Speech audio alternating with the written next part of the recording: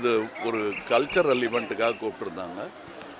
அங்கே மாணவர்களுக்கு இருக்கும் சந்தேகம் எனக்கும் இருக்கிறது நிறையா.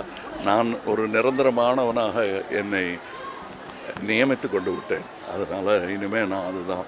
அதனால் எனக்கு இங்கே வருவதற்கு நிறைய உரிமை இருக்கிற மாதிரி நான் நினைக்கிறேன். அது தவிர எனக்கே 2 பெண்கள் இருக்கிறாங்க. அவங்க இந்த காலேஜில் படிக்கலைன்னாலும் உலகத்தில் பெரிய காலேஜில் படிச்சுக்கிட்டு இருக்காங்க.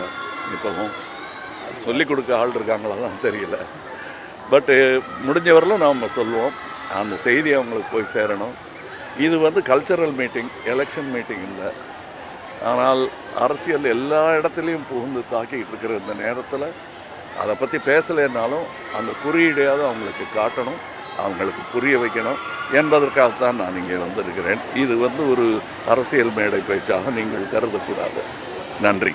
நேற்று விஜய் பேசும் பொழுது வேறு ஒருவர் தொடங்கிய அந்த கட்சியில் இன்னைக்கு பயணிச்சுட்டு இருக்காங்க, என்னை போல தனியாக ஒரு கட்சியை தொடங்கி 1% வாக்குகளாவது வாங்க முடியுமா அப்படின்ற ஒரு சவாலை முன் வச்சிருக்காங்க. அதுக்கு இவங்க பதில் சொல்லுவாங்க. அது வேற இடத்துல வச்சு சொல்லலாம். சார், கல்லூரி மாணவர்கள்லாம் சரியான அரசியல் புரிதலோடு இருக்காங்களா இல்லை இப்போ இருக்காங்களா இல்லையாங்கிறத நம்ம கேள்வியே கேட்டுக்கல. ஆமாம், இல்லைன்னு நினச்சிக்கிட்டே நம்ம சொல்கிறது தான் பெட்ரு. ஏன்னா இந்த ஓட்டுரிமைங்கிறத அவங்களுக்கு ஞாபகப்படுத்தணும். ஏன்னா அவங்க வயசுக்கு இறங்கி வந்துடுச்சு அந்த உரிமை.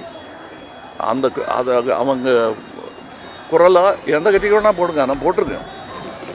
அதை சொல்கிறது என்னுடைய கடமை. அதை எந்த அரசாலையும் தடுக்க முடியாதுங்கிற நம்பிக்கை எனக்கு இருப்பதனால் தைரியமாக இங்கே வந்திருக்கேன். நான் ஒரு சக நடிகராக நடிகர் விஜய் அவர்களை நேற்று நயினார் அவர்கள் கடுமையாக ஒரு சக நடிகராக நடிகர் விஜய் அவர்களை பாஜக மாநிலத்தில் நயினார் அவர்கள் விமர்சனம் செய்திருக்கிறார். ஒரு நடிகையோடு ஒப்பிட்டு அதை எப்படி வடுக்கும் கண்டனங்கள் தொடர்ச்சியாக அது அவங்க அரசியல், அது என்ன அரசியல்.